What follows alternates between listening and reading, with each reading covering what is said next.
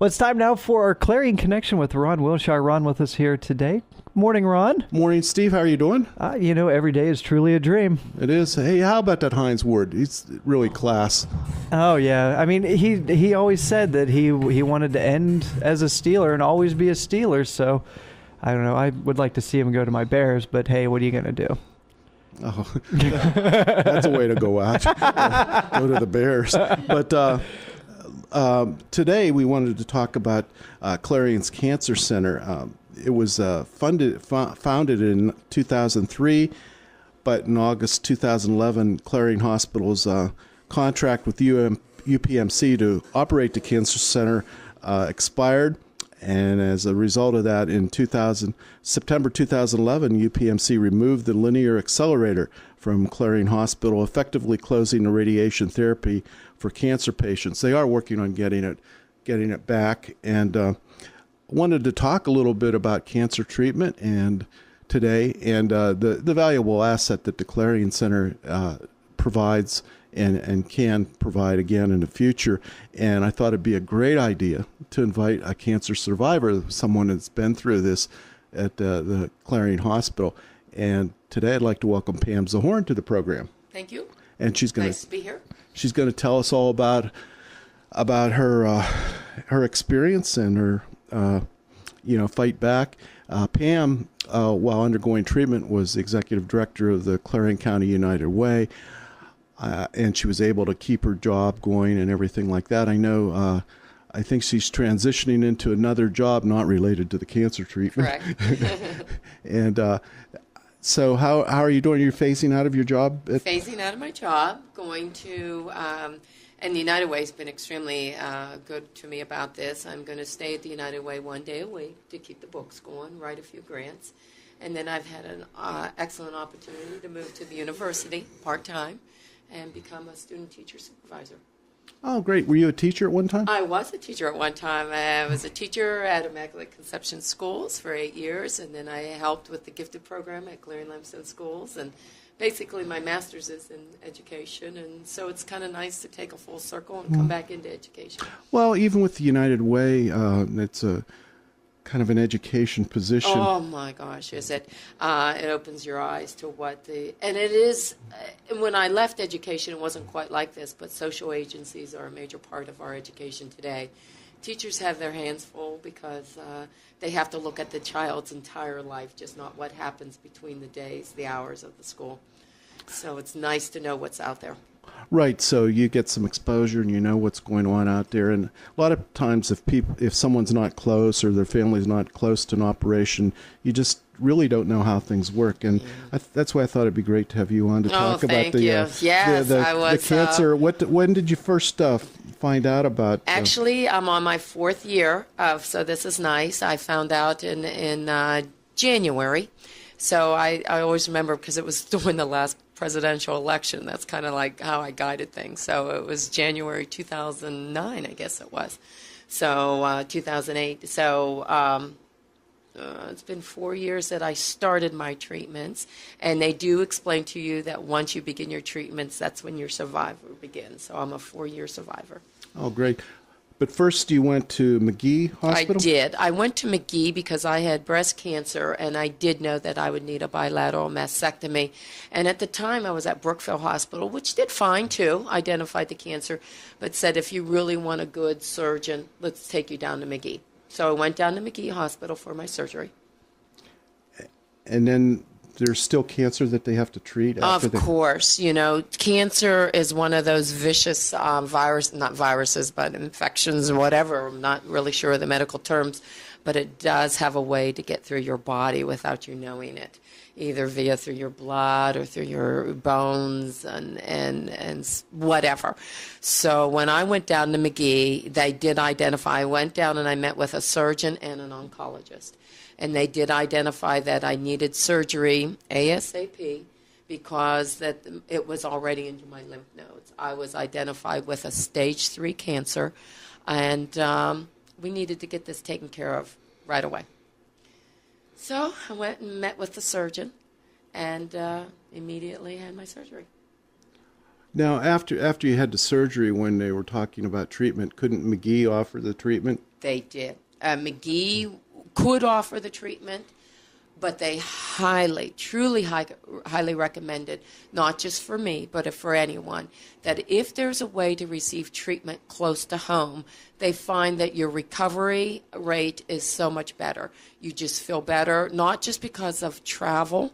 You have to remember that I had my surgery in February, and the day I came home from surgery, we had 13 inches of snow. So it took my husband 4 hours to get me home. So if you think you had to do that every time you needed treatment, that does add a lot to the stress, not just stress to me, but stress to whoever my caretaker was, and it was my husband. So we sat down with the surgeon, we sat down with the oncologist at McGee, and they explained to us, and as we began to live it, we realized that they were telling us the truth.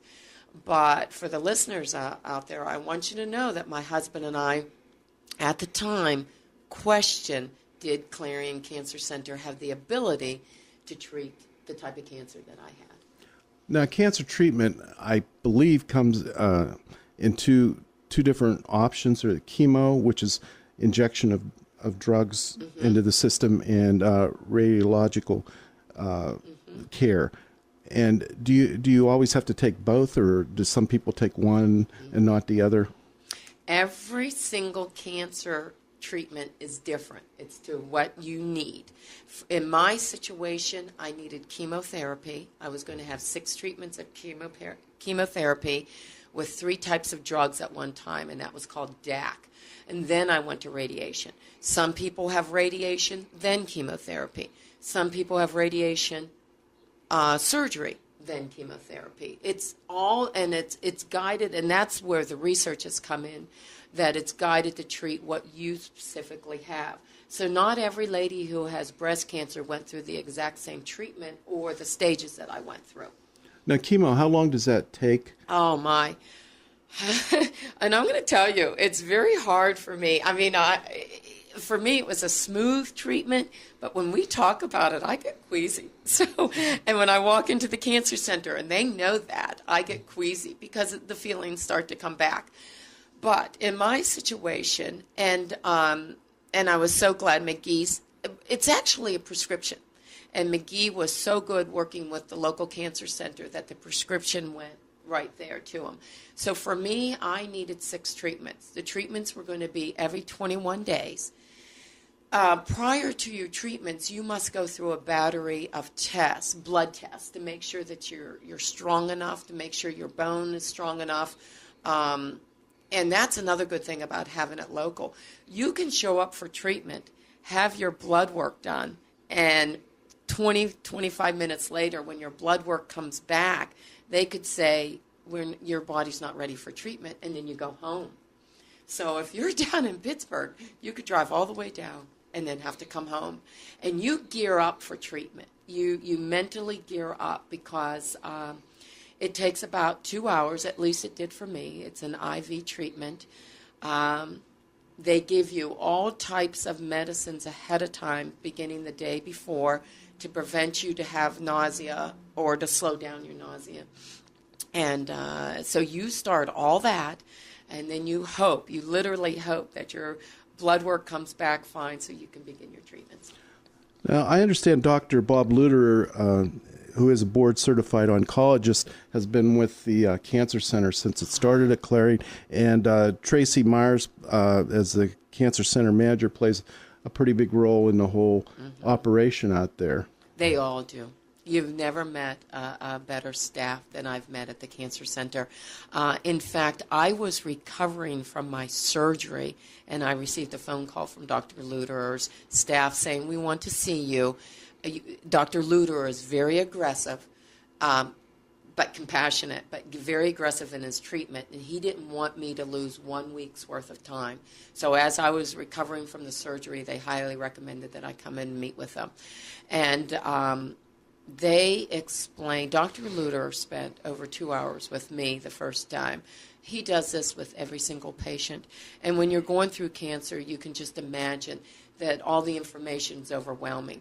So Dr. Luder sits there and draws pictures for you and explains it to you and explains it to your husband and holds your hands and listens to your fears and explains it again and again and again, so you understand what's Sort going on. of like a Cancer for Dummies. Yes.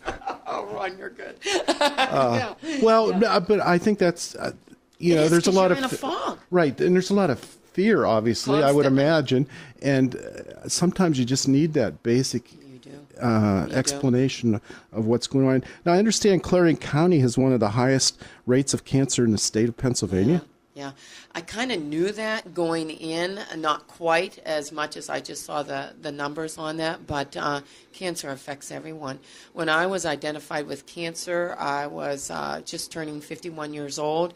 When I sat in a very comfortable room and I looked around, I was not the oldest person at the place. I'm starting to see people with cancer 30 years old, 40 years old, 50 years old, and I'm not trying to put the fear in people, but I want people to understand that, boy, cancer seems to touch everyone.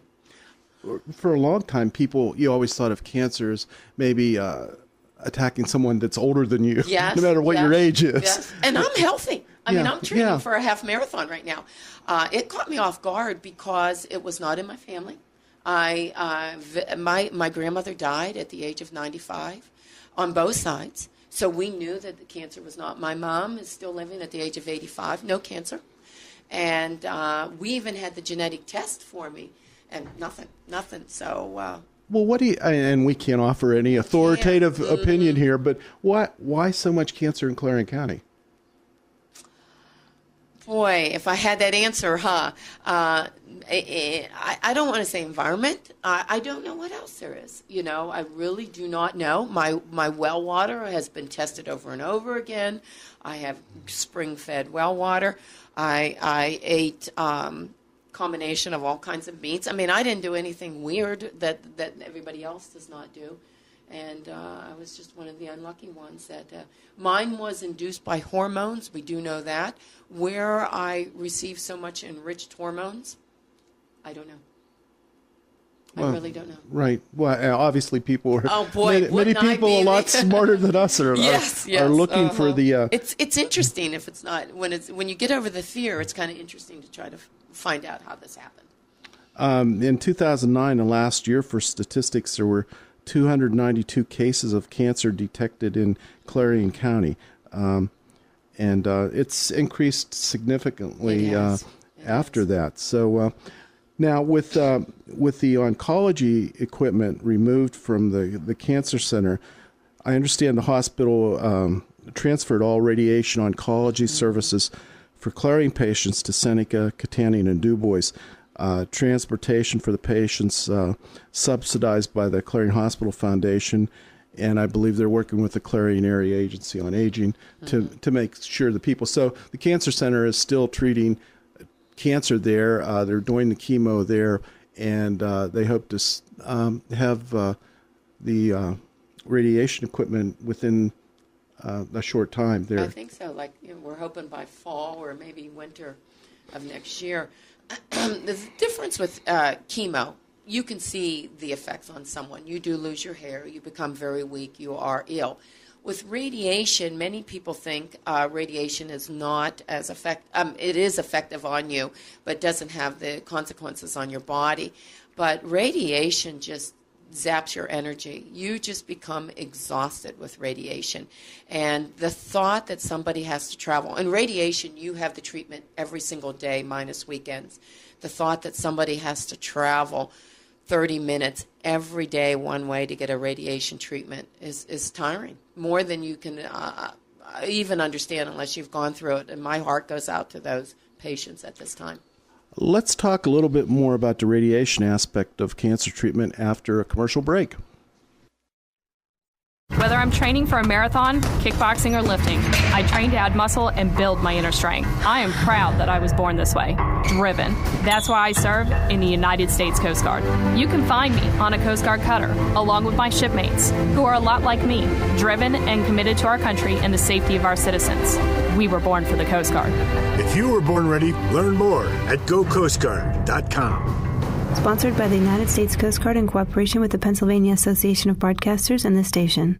You want to be connected with your representatives in Harrisburg, and only one news source provides constituents statewide with monthly access to Governor Tom Corbett. The opportunity is waiting for you at pamatters.com. Just click on the link for Ask the Governor and submit your question today. Then check back regularly for exclusive video clips featuring Governor Corbett addressing your concerns. Right now, we're very concerned with the economy.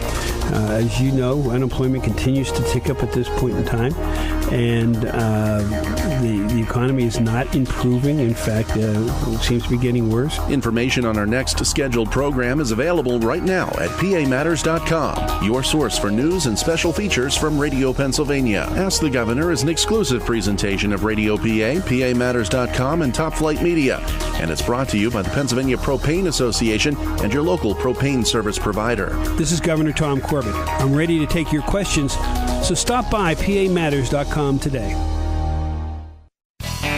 C93, 96.3, and Budweiser are proud to announce the 8th round of Texas Hold'em Tournament will be hosted by Vince's Tavern on March 27th. Registration at 6 p.m., games at 7, must be 21, first 64 get seats, no buy-in, and it's just for fun. Tuesday's winner gets a t-shirt, dinner at Vince's Tavern, and a seat in the final for a chance to win an authentic signed Pens jersey by number 71, Evgeny Malkin. Plus $200 in gift certificates. Join us at Vince's Tavern this Tuesday for poker, food, drinks, and your chance to win.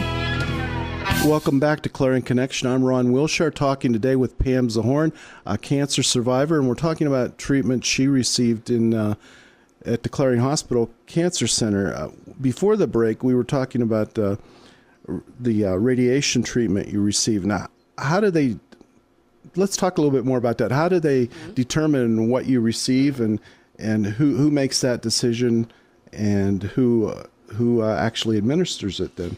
Well, I was very fortunate that when I had to receive radiation treatment, it was literally across the hall from Dr. Luderer's office.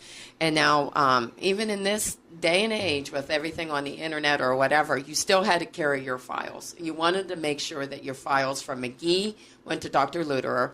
Dr. Luderer stayed in touch with McGee Hospital with everything. And by the way, I was going back to McGee like every 2 months to make sure everything was going well.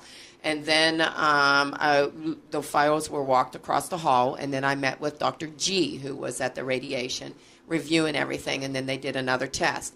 And they line up your body.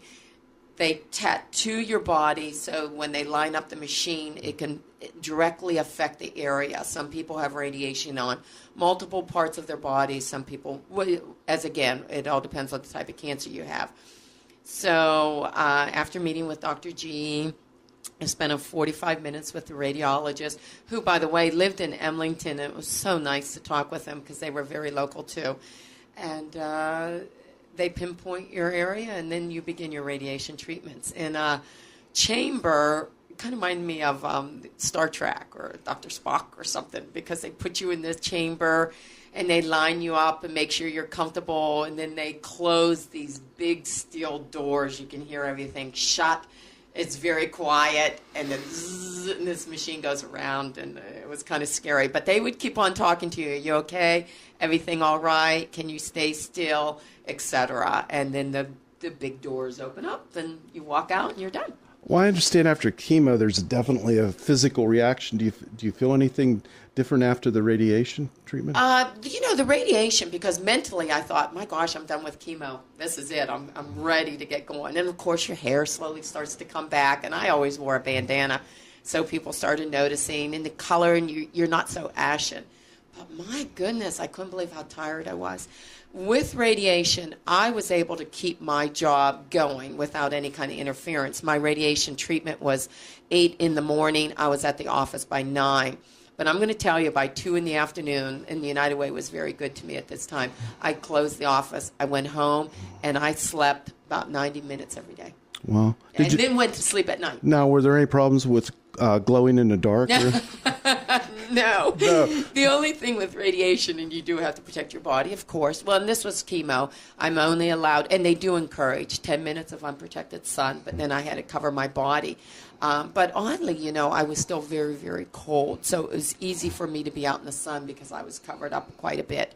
I started my radiation treatments in July, and I went through September. So that wasn't bad. But everybody, and even me, I would say, oh my gosh, I feel so good. And then you're just so tired. You're just so wiped out. And that's why I feel sorry for people who have to travel. It just exhausts you. I understand that what they're looking at replacing is a bunch of components.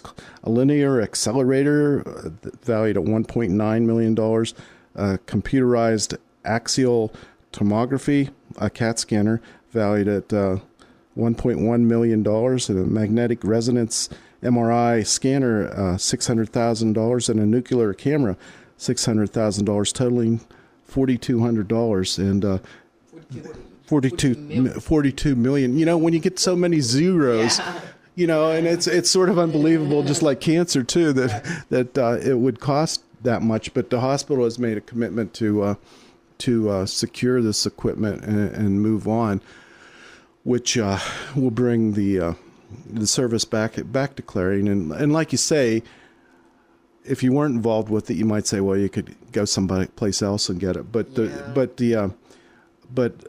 I understand it can only do 3 treatments per hour at a max. Right. They do. I mean, they give you such specialty care, too, that they, once again, just like the cancer place, they test everything to make sure you're fine, to make sure you're healthy, and when they take you in there. And they do 3 an hour. You know, I know $42 million for the person out there, and it is an exorbitant amount. But that equipment is so necessary to make sure everything is going well. You know, you can get burnt if the radiation is too strong, you know, or if it's not hitting the right place. There's a lot of things that can go wrong, so you want to make sure that you have the best equipment and the people there, and you really want to bring that close to home so that it's not a burden. When you have cancer, there's a low point in your life where you think you can't take care of yourself. So when you start to have radiation and you feel a little bit of pride that I can drive myself to the treatment, I know this sounds a little bit selfish if you've never been through it, but that's part of the recovery, that I'm starting to feel like a human being again. And that's what you want out of someone, because your recovery time is quicker. And radiation, you can begin like a human being again and start to slowly take care of yourself. Because I have heard of other people in the Clarion area that continued to work at their businesses, and mainly because they could just get down there and come back. And on the other hand, I did work with a lady one time who insisted, and it was fine to have radiation and treatments down in McGee, and they ended up having to get an apartment down in Pittsburgh, because so many times they had to stay overnight to get the treatment the next day because she wasn't healthy enough. And so they actually had to invest in an apartment and spent a good majority of their time, about 3 months, down in Pittsburgh for a 15-minute treatment every day. First of all, not everybody has that luxury to have the money to spend for an apartment. And in the long run, she was the first to tell me she thinks she made a mistake. She wished she would have stayed closer to home. So many people are not insured today. I wonder if that's a problem. Do you know, isn't that something you brought that up? Because I never brought this up to anyone. I was fortunate to be insured by my husband's insurance, and he has very good insurance. But I will tell you, the first time I walked into the cancer center, and they sat me down, and you know, most of the times they ask for your insurance card. Before they asked for my insurance card, they looked right at me and they said, and they didn't know me, if you cannot afford your treatment, you tell us right away. Do not skip a medicine. Do not skip a treatment. Do not skip anything because you can't afford it. You let us know right away. And that was the first time I ever walked into a medical place that was said, that treatment is more important than payment. And I was so impressed. Fortunately, everything of mine was covered except for your normal, like, $10 visit. But if you had that extra thing like an apartment or something, I know. Of course, that would never be covered. Right. That would be your choice. Yeah. Gas money's not covered. You know, gas costs to travel and things like that. And that's another impact on the family too. It is, and time. Time is an impact. Well, based on your experiences, would you recommend Clarion Hospital to others? Not only would I do. I am surprised at how many people I run into. In fact, just oddly, 2 weeks ago, I was running through town, and a lady stopped me and said, "Can I call you later?" And I kind of had a feeling why she wanted to call me, and sure enough, she wanted to talk to me about treatment. Sadly, or good, I mean, I encourage people to call me. Call me at home, and I will explain to you situations. But I do get phone calls, sometimes as much as one a week. What do you recommend? And I always recommend Clarion Hospital. I do recommend second opinions, and so does Dr. Luder's office. I recommend if you feel more comfortable having your surgery somewhere else, fine, but stay close to home for your recovery. And I work with, and I've even had some other type of cancers. Now with United Way, we did become involved because we try to help those cancer people who are not able to keep working. We paid for their utilities. It was an ongoing program.